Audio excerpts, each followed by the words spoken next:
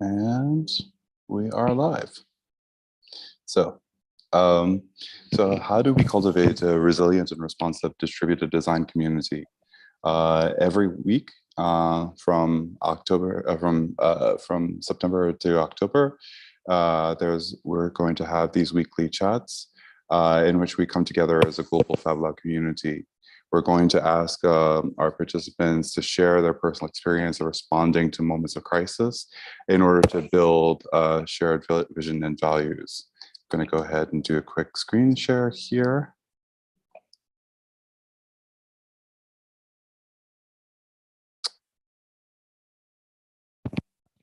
So this is Resilient Maker Stories. My name is Jean-Luc Curit, and we're happy for everybody that, to join us today. So this is in part of the reservist research project at Fab Lab Barcelona and through the distributed design platform. Of course, distributed design is one outcome of the intersection of two global trends, the maker movement and the digitalization of the design discipline. Also coming out of the distributed design platform is the book Viral Design, which takes its name from a paper by Enrico Bassi from Fab Lab in which he argues that all situations that occur on a global scale that are not met with the effective responses in the industrial production system could be approached from a way that we have seen distributed mobilization in the COVID-19 crisis. They could be the next testing ground for a synchronized international response from a global network. And so the reservist project itself, our aim is to repurpose manufacturing lines for providing medical and other products and services in the case of spiking demand times. The approach is to set up so-called reservist cells that in times of crises can be activated within 48 hours to switch to produce the necessary products and services.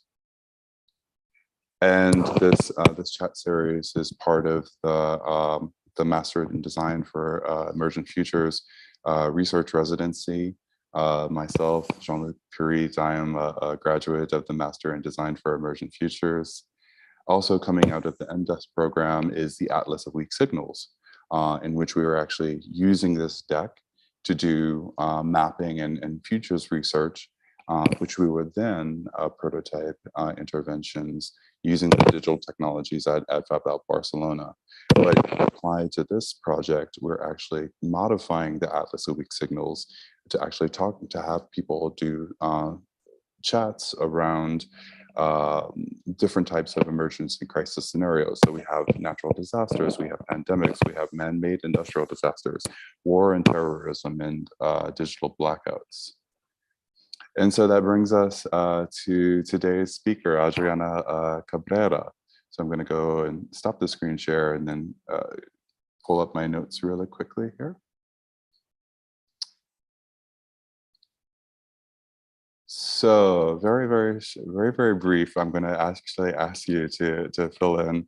Adriana, I'm going to ask you to kind of like elaborate more on your background and everything. But Adriana is a scientific assistant and lecturer at Fab Lab Kamp-Lintfort Germany in the Faculty of Communication and Environment at the University of Applied Sciences, Rhine, Waal. Originally from Colombia, Adriana works in different areas of design, art, and interaction. Her interests and motivation are to continue research in the field of embodiment interaction, combining the expertise of soft materials and bio-inspired design in the field of digital manufacturing. So with that, I'm going to bring Adriana into the conversation. Welcome. Thank you so much for joining us today. Good afternoon. Yes, good afternoon, Jean-Luc, and thank you so much for this invitation. It's of course an honor to participate in this series of lectures and conversations. I think that it's very proper to hear about after a very tough time how makers participate and make a contribution. Yes, yeah, and I absolutely want to give you some time to talk about your own contributions and kind of bring us up to date on the bio. I know it was a little brief, but I definitely want to bring in some of your background first to give us some grounding. Sure.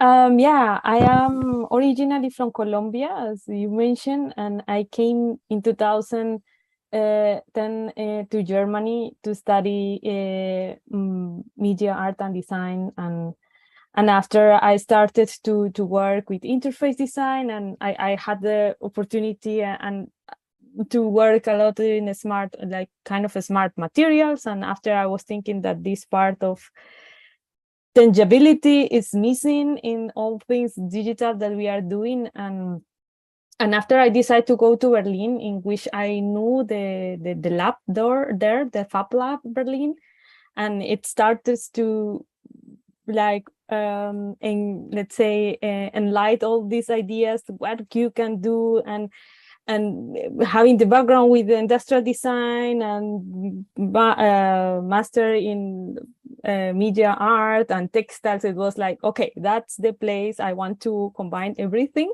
Mm-hmm. And I had the opportunity in 2014 to come to Kamp-Lintfort and start to build this big lab. And of course, like the changes also for culture was like big, but working in a very nice environment with a lot of let's say to start to build the lab. So I think that was one of one of the important parts, like having the challenge to understand, like, okay, we will bring this setup of different machines, but with a purpose. So and yeah, so in that time I started in 2016 to do the Fab Academy. And during the Fab Academy program, I had the same, that let's say with this purpose in mind, that I wanted to use this machine for something that can make a positive impact. I started to find like the way how we could work for and with people with disabilities. So I start to understand like how, for example, I could develop as my final project a prosthetic, and after I made a company that it's producing like assistive devices, like an orthopedic company, a local and regional, and after I told about my ideas, and we start to cooperate, and of course with a patient, we start to do a very like co-creative process with the patient, with the orthopedician, and me developing my final project. That of course it was maybe not in the same score as Fab Academy is, because we are more focused on digital fabrication, but in that same time I had really like kind of a responsibility, like kind of a duty to bring something that it could improve really like the movement of this person. And I think that was a trigger point for me. So yeah, after this experience, I started to work more deeply in this area of working with wearability, in the intersection wearability, assistive devices. And yeah, I have the opportunity to work with the Faculty of Bionics and Biomechanics, and we started to develop like kind of this course based on my experience and extrapolate this to Biomechanics. I can also share my screen shortly. So we did a course for it, in which like students started to develop like kind of assistive devices based on this idea of bringing like digital fabrication and biomechanics together, and also combining this with the course of Fab Academy, as we brought this first course, starting with a support in the university from Equal Opportunities for Women. So and this was a very interesting point, because in that time it was mainly the people who was in the lab were let's say mainly men, no? So like a male participation, and with this course, although of course I have some people who wanted also to participate who wasn't female, but let's say in a sense we could see like a change, having like more women in the lab. And yeah, so other activities that we did was like kind of accessathons, that it really brings like a very nice atmosphere to the lab, and bringing the people like making together. And for example, in one of those ideas that it came, it was the match my maker, that it was finalist in the Google Impact Challenge in 2018. And of course other workshops that we also share in the community, in the Fab conference, as the soft robotics and assistive devices, and really bringing all of this process. So this is my Fab Academy project that I did for Frank, and still today working as a consultant in Matrix group in Germany. We are extending this in a research project named Mycopedics, in which we are, let's say, finally having like more funding, but making this in another stage of prototyping. And I think that's a lot, but I think in a short that's it. I would stop sharing. No, thank you so much for that, because it's absolutely like rich, and there are so many different things that we can talk about. And of course, most relevant to this series is dealing with the lived experiences of responding to emergency crisis. But I think that there's like a very good intersection in what you were saying, in terms of like not just making, not just having, not just doing like interventions to like master technology or whatever, but like what is the purpose? And so I think before we get into like, dealing with emergency crisis, what is it like? Can you give us sort of bridging that gap between sort of like having more inclusiveness for women within the lab, and perhaps some of the your experience with SheMakes, and how we can have more of that voice in those spaces. Sure. I think that maybe the scenario now in the labs is a little bit different, but in a sense, we have to say that we are still like a small community.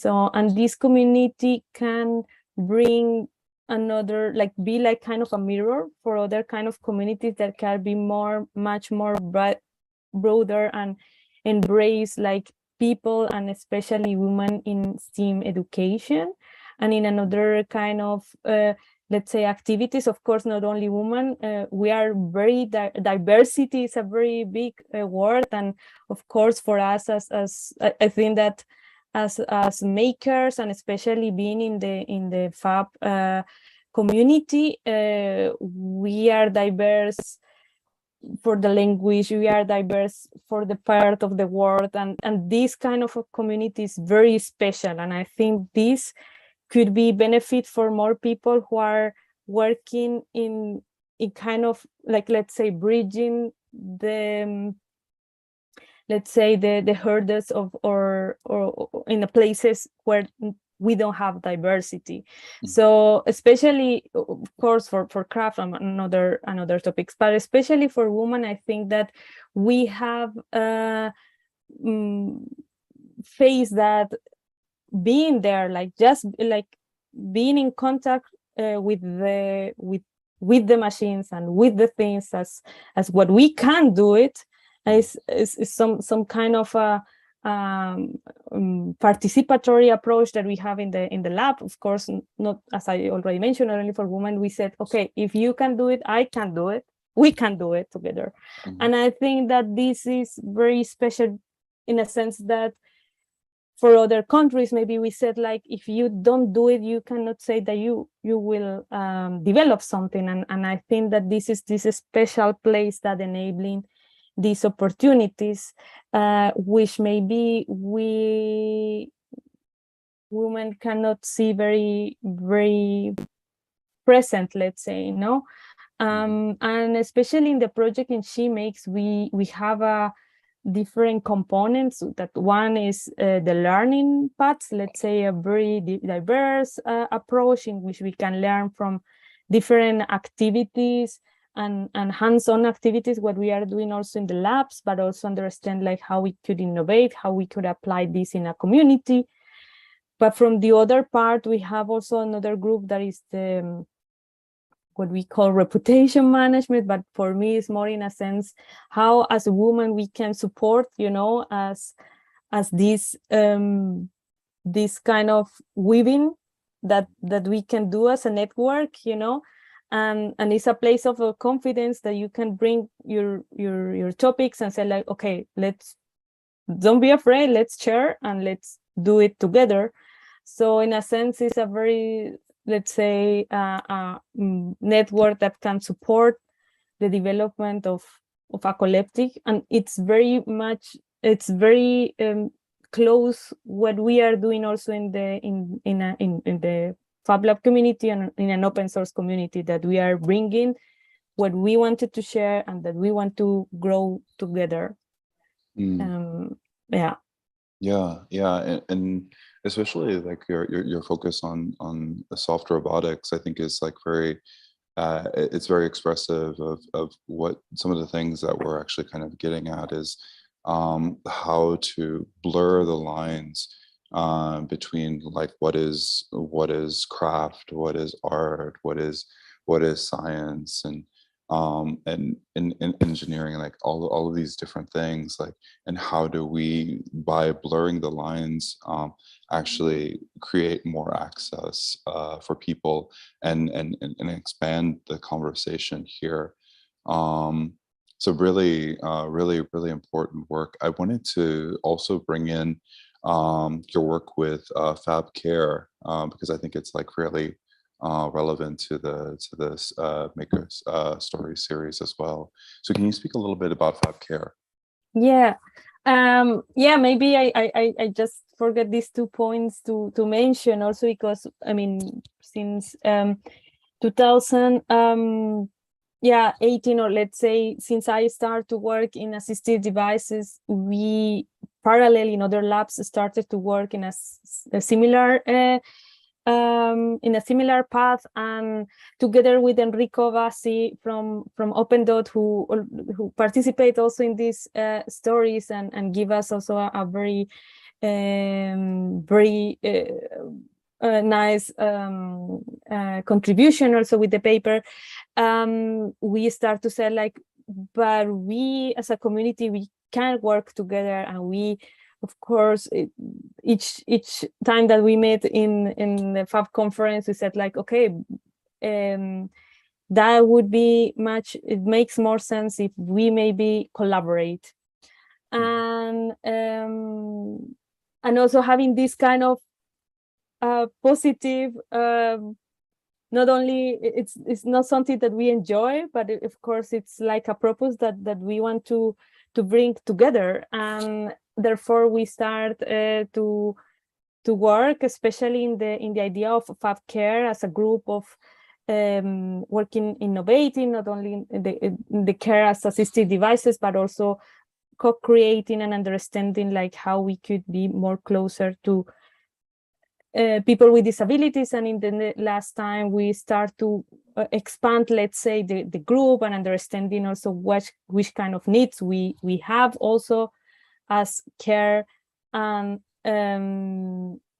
also when COVID started, it evidenced also a big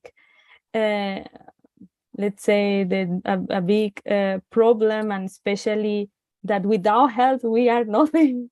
So I think that this came with a very strong power to say like, it's important to have a space in the Fab community for this group, We start to work as many of others, like almost 24 hours, but at the same time understanding like what we could, of course, contribute, what could not, how we could, for example, talk about standards. I think that also Enrico talked a little bit about more about it, because COVID also accelerates this process of how we could, for example, use things without having this big standardization, but also how really digital fabrication and, in a sense, what we are doing in the lab could contribute, and what was the point in which said, okay, we did this distributed, no, because that was like the nice, I personally, I think for me the nicest part, that everyone could produce something at home, no, or everyone was doing like almost as me, this Fab Lab at home. So extrapolating everything at home, but at the same time producing something that it's not the same as, of course, could take like 3 months, but of course very quick in a massive production. And I think that this bring us a lot of like understanding of how process could be accelerated, and what could be also a very nice contribution together, and understanding how we could connect more labs that are working in that area. Yeah, so that's a little bit the story, but in a sense, the other opportunity that gave us the Fab Care during pandemic was this connection with other labs around the world, and understand this responsive, this response to the COVID situation, and maybe bring other stories and paths that they wanted to follow. So, and this is what we also want to discuss during the Fab conference in Bali. I wanted to, I think like the next question that I have, and it's probably like a little bit deeper into your background, is going from Colombia to Germany, building Fab Lab Kamp-Lintfort. What was the experience of building community around the Fab Lab within the context of being in a new country? And then also, like, how did that inform your work of community building during the emergency itself? Yeah, I think that, I mean, I have to say that I didn't know the Fab community when I was in Colombia. Therefore, I think that just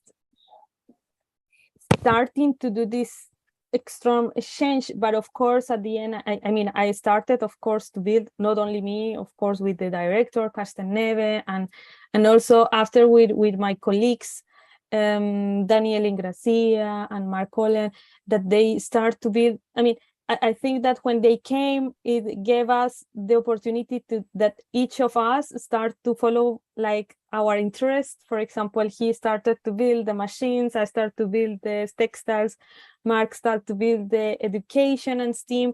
And of course, at the very beginning was very tough to engage also, especially because the lab was 600 square meters. It was for really tiny people. And I think that for me, the resources, I think that that's still something that I very engage also a lot my let's say the students and the students from the school, the students from the university, to say that we have in Germany a lot. So we have more than we can do it. No, also it happens also to me. No, so we have so many opportunities that maybe we are not aware of it.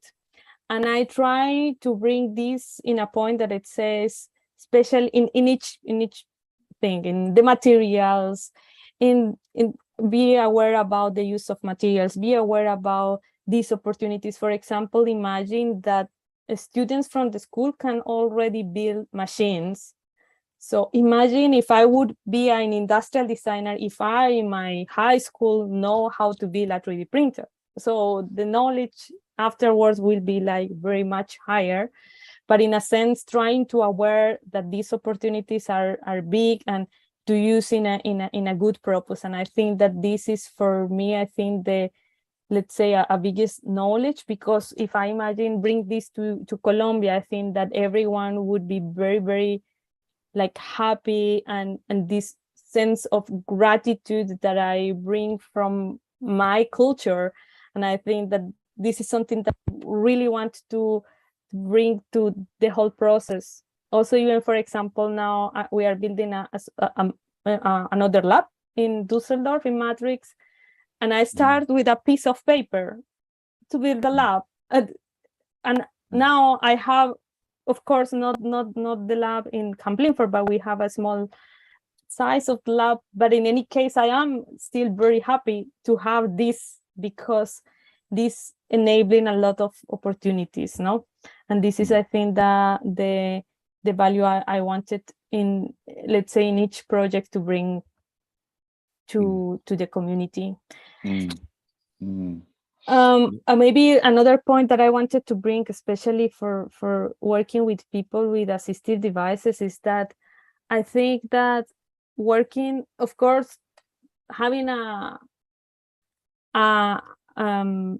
opportunity for the ones that they don't have any device, no? So, for example, imagine that if you have to resolve something that it will take, let's say, 3 months, 1 year, that you don't know what will happen, and suddenly with digital fabrication you can say like, but no, it's not existing, this device. It's not that you don't have, it's that it doesn't exist. But what can I do if I tell you that I can develop something for you, that it can be developed?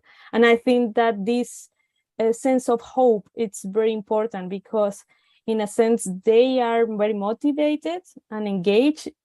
Even, for example, they can, of course, people with disabilities, it's, for example, the mobility is constrained, or maybe they have other constraints to mobilize. But I think that it's like this context of, okay, I have just a tool, but the process is together, you know, with the patient, with the family, with me. And I think that this brings you another kind of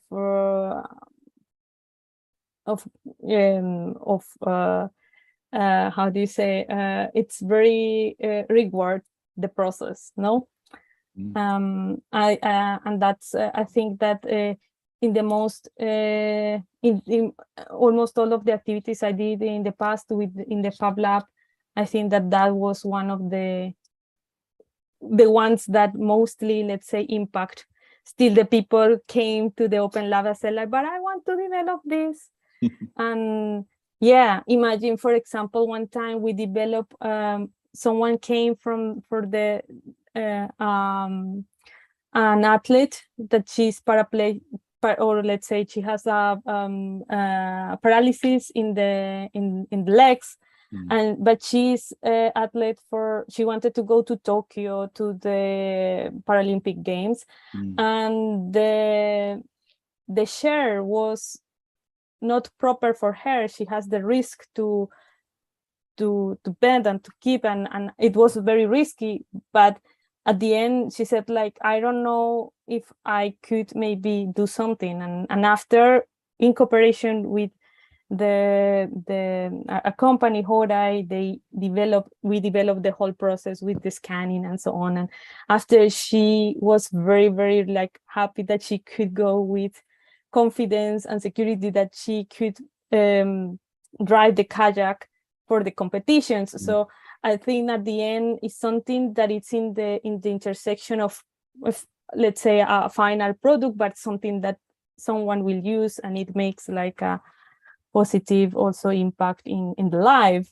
So I think that this is very, very nice process. Beautiful. Yeah. I wow, that's again, there's like so much, right? I really kind of, I'm playing with the idea that you were talking about just a minute ago, about, you know, now that we have like this infrastructure in Germany, and what would it mean to bring that to Colombia?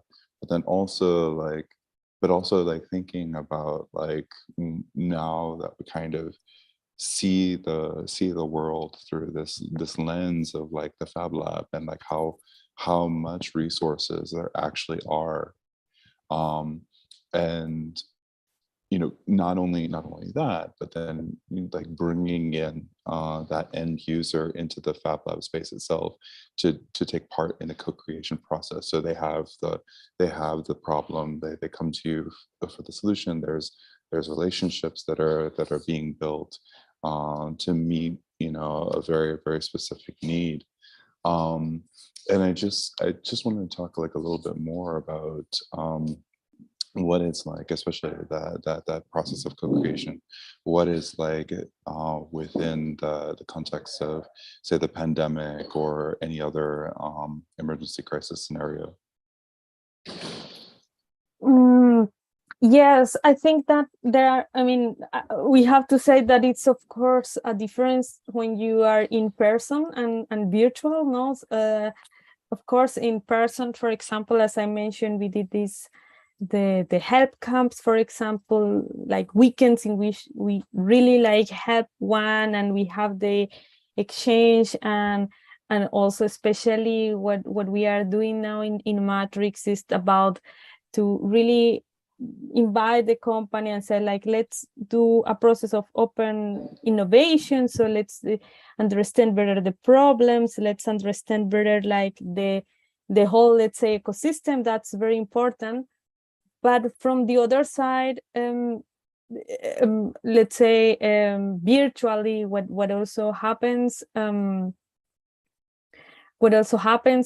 we have to be used to use let's say virtual platforms, and also, for example, have no hours to start to talk.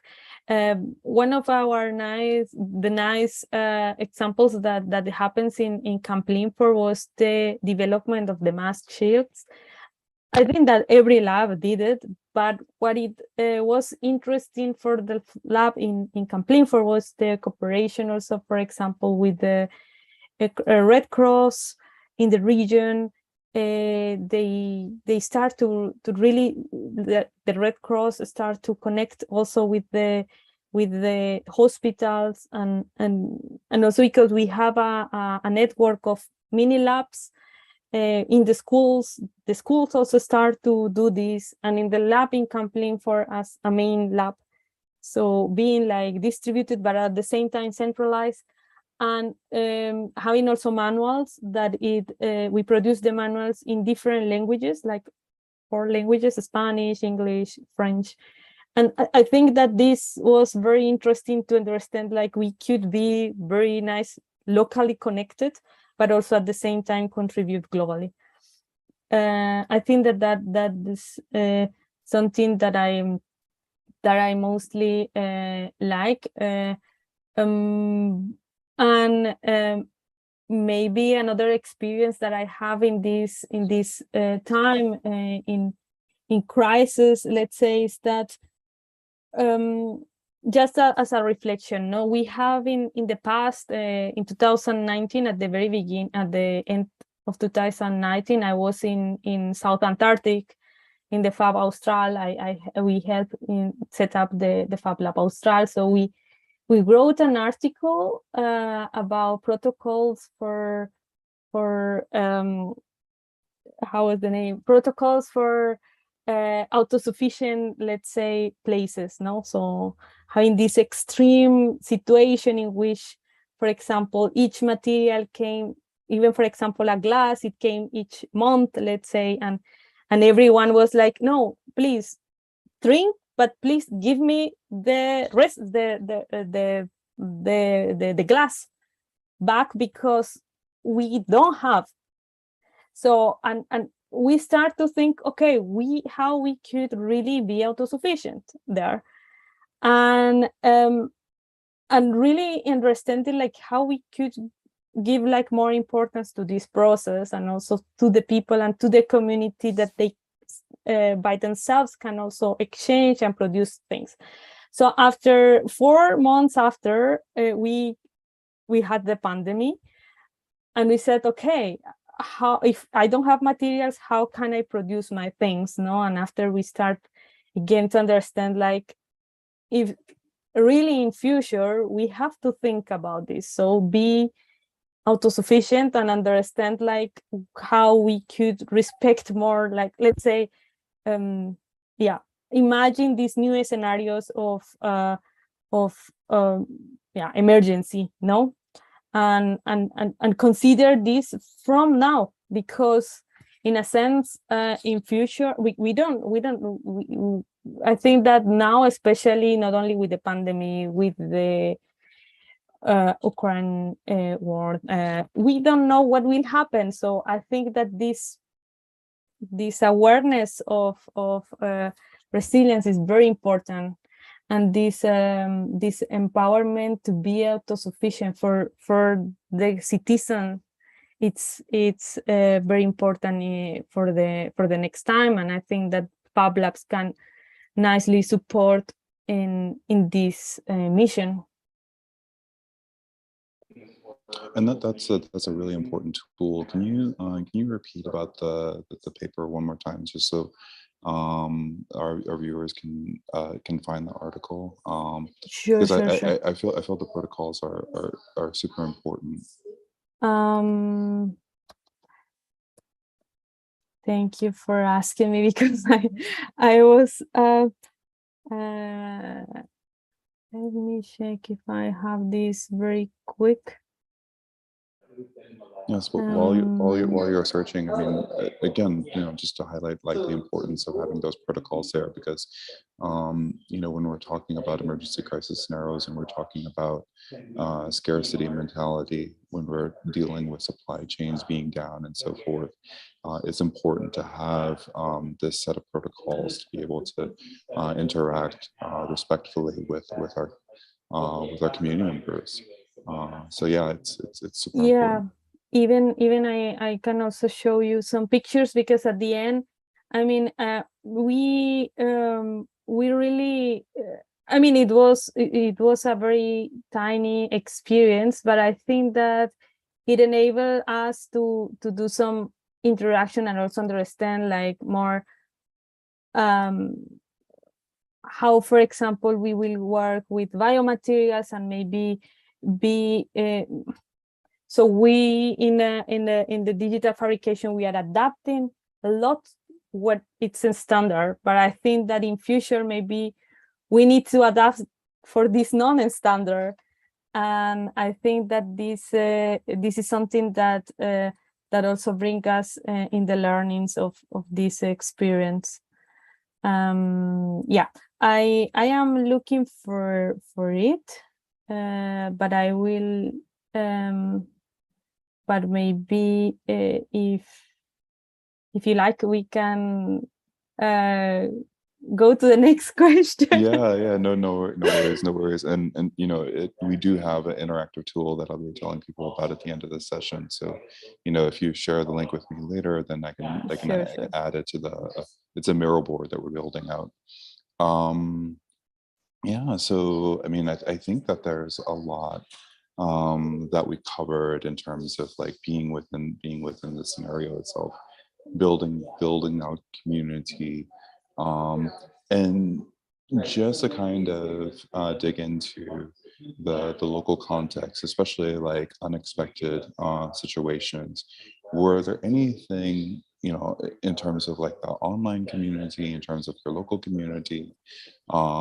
Are there any considerations coming from your experiences that you learned, oh, this is something that, was a challenge perhaps, that you had to overcome in order to, like, continue with the work? So just kind of thinking about, like, some of those unexpected situations within the local context.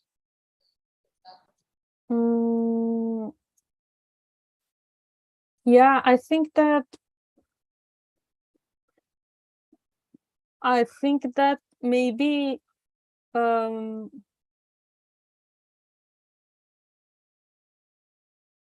I think that we have a lot of challenge in any case. So, but I think that definitely one of the challenge of being in a community that is open source is to create habits, and to create habits in a sense that we are working and we are not just give up. No, I think that this point of give up is you know, at the very beginning you are like, wow, we are like in the pandemic, no, wow, we are motivated, we need to work, and suddenly we have this overreaction of everything wants to do something. After is like, okay, we have, but who wants to select and make like the much harder?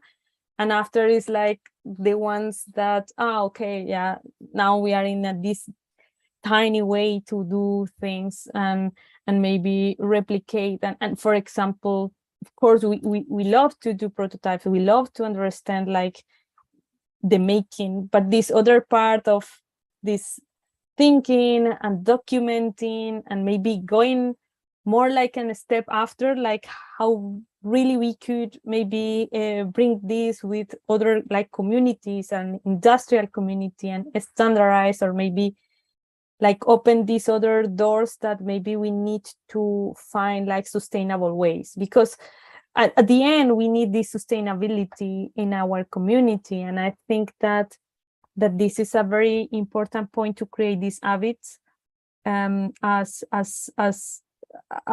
each of us, let's say, as the role models that there are through the instructors or through the people who is working close to the community to bring this in a very in a sustainable way. I mean, sustainable means, of course, aligned to the ecosystem, to our environment, but at the same time sustainable in a sense of that it's economical sustainable in a way that we want to be, to create, let's say, a good community that can, let's say, not only survive but also like have a good opportunities in future, because at the end we need also these opportunities for the others, also for the other generations, and create this something that my boss say, like this, not only credibility, but let's say the resonance in our ecosystem.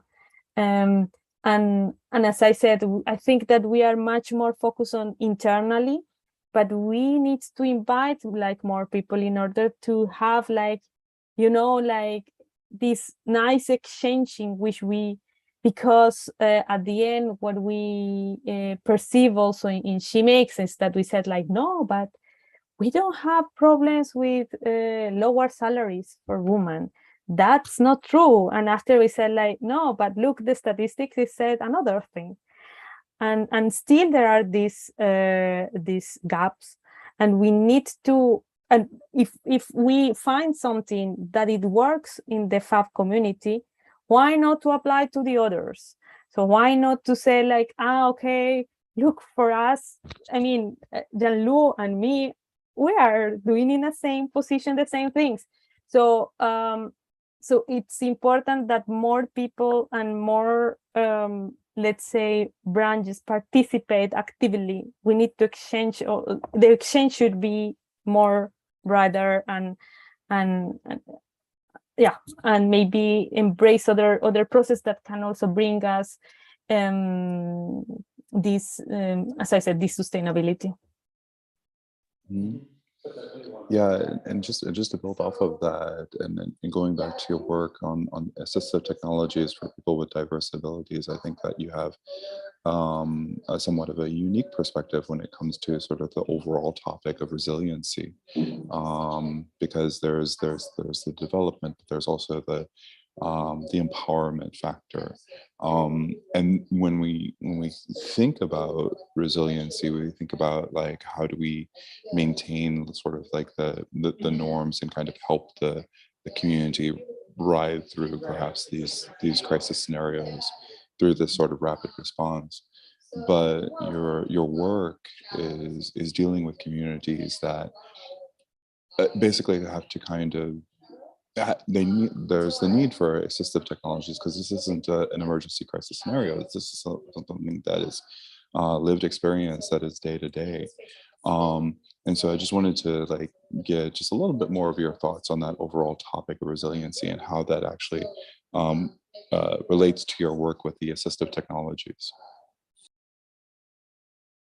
Yeah, I think that there are two things, especially because in the last time I work, I think that it's two there are many things, but let's say one is the as you mentioned, the empowerment, and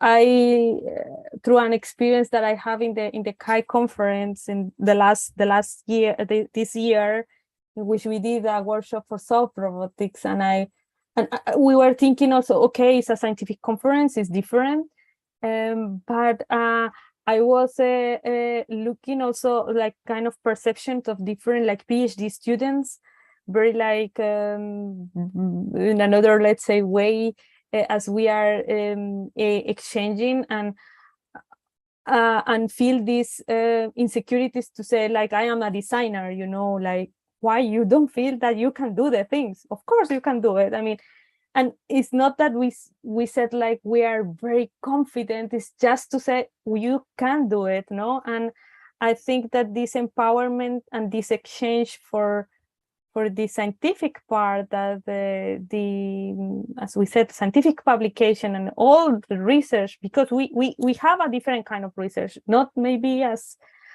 research as we are looking in maybe for scientists, but I think that science should be for everyone. And this is one of the things that I really appreciate for this community, for having like this kind of trust that I could make a contribution, and of course we need to improve it, but in a sense we have the intention, and I think that the motivation can bring many things. Is something that I really try to push, also even in projects as she makes with ambassadors, that this motivation and this creation of habits can also bring very nicely results in changing the minds of people. But come back to the topic assistive devices, I think that we are in especially now in Europe, that they say that we have also like Green Deal and Digital Deal, but I think that we need a Care Deal, and this time of care, it's such an important thing in this moment, because of course we live through the pandemic, but we are living also in a moment that we need to be more aware, have awareness, and this care can also bring this special value, you know, to connect to each other, and I think that this is not only about a soft skill, it's just more about it brings also another thing, that everyone, let's say, from all of the from all of the generations need to be aware, and yeah, so I think that with FabCare we are bringing such a values, but I think from both sides, let's say from the community, from not only from the patient, from the end user, but like kind of a ecosystem around, but also involving the labs strongly in building this and making locally, but also in another way, like globally, that we want to really to collaborate, and yeah, so I think that especially in the group, Enrico is very very close to the methodologies, and also for close to the co-creation process, what it came also from the Crabbles project.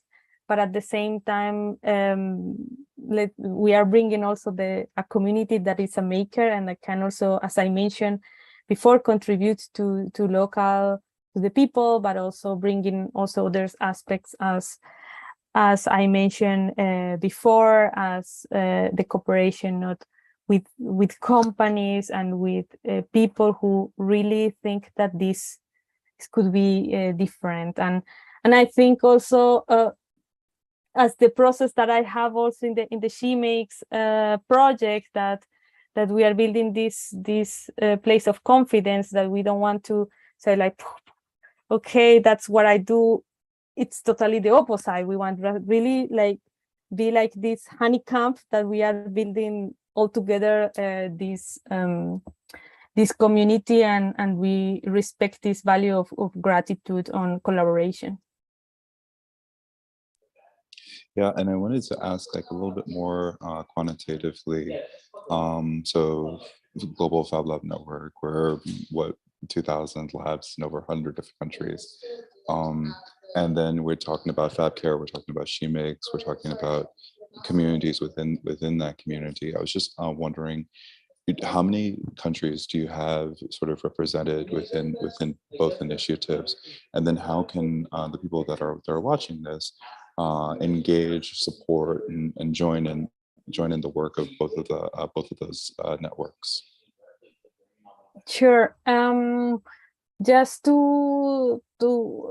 that's a very nice question. After now you remind me, I have a homework, because we were doing a map for the labs as an answer of the Fab Care in the labs that I associate to the SDG 3, that is care. In the Fab community. So we map these labs, and I don't really remember, but it was a big, I mean, of course, we have a contact with some of the labs that already participate in our activities, but labs that also feel identified with the SDG 3, there are around like, I don't remember if our network now is more than 1,000, and like more than 200 are identified also to the SDG 3. That this is a very a big amount, but connected to the SDG 3, because the care, let's say the Fab Care is not only let's say touching this and this SDG, but also for example SDG as gender, or as for example also diseases that it comes through the contamination, that then for example water problems, or for example other problems in the SDGs are touching also the group. So but in a sense there is like a let's say a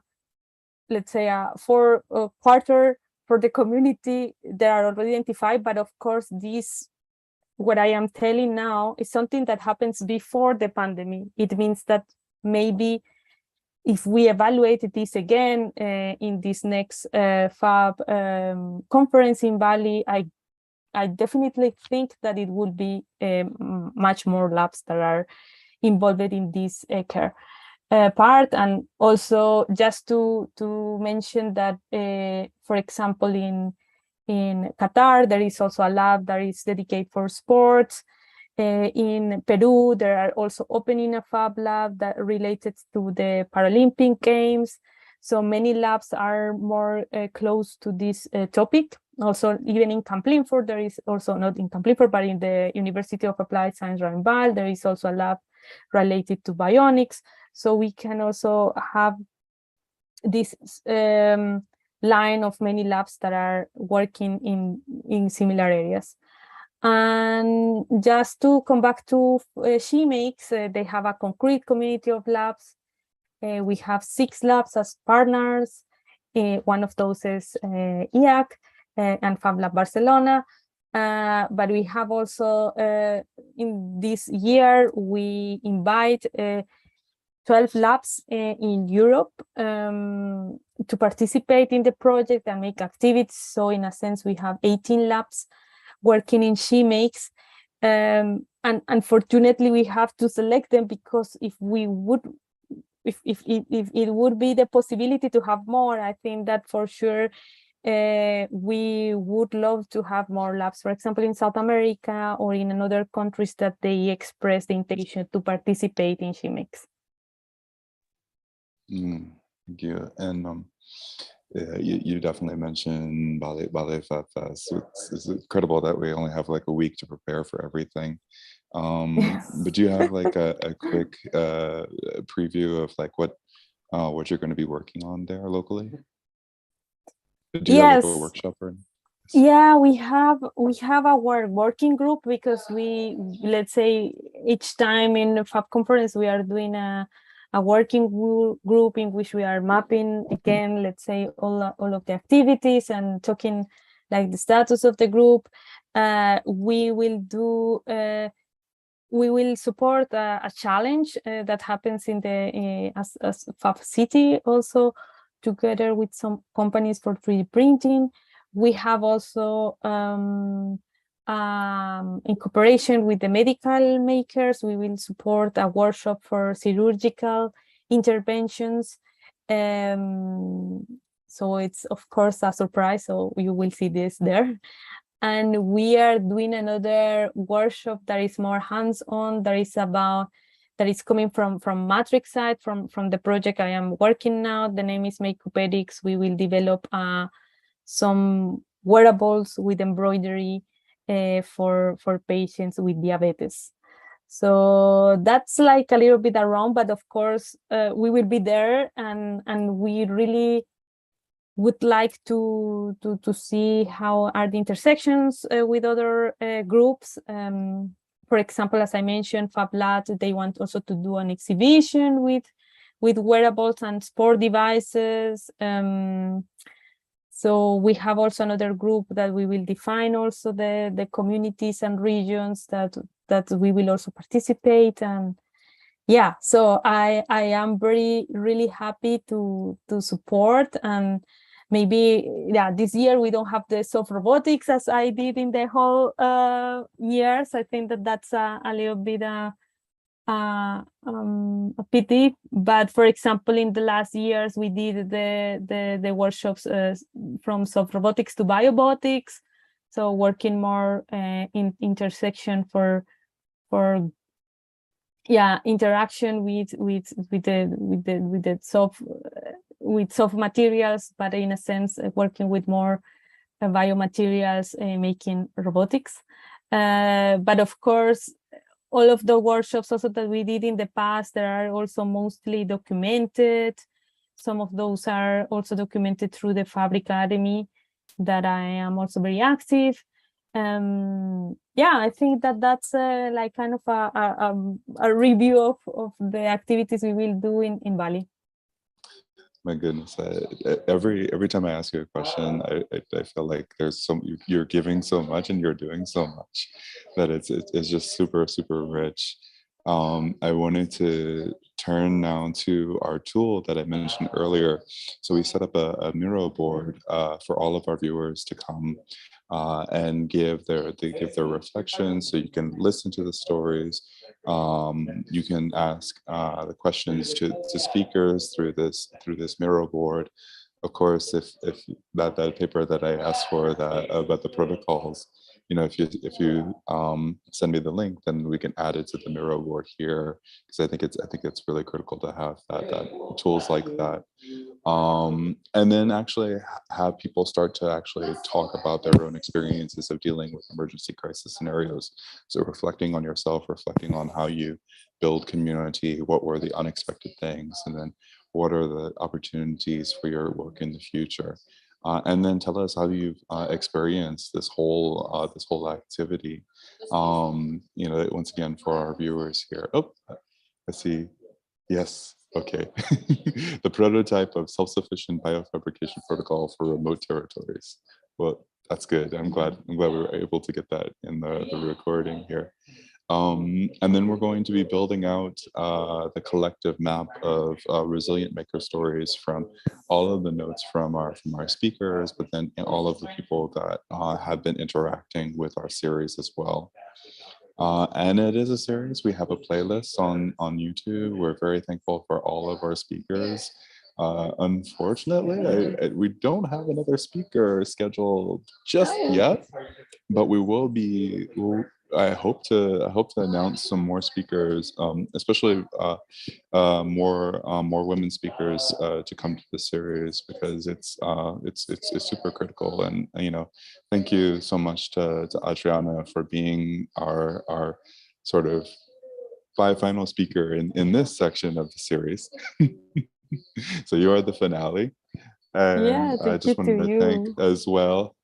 Yes, and I just wanted to thank as well my colleague Marian Real from the Reservist Project, all of the team at Fab Lab Barcelona. Yes, and this has been Resilient Maker Stories. Thank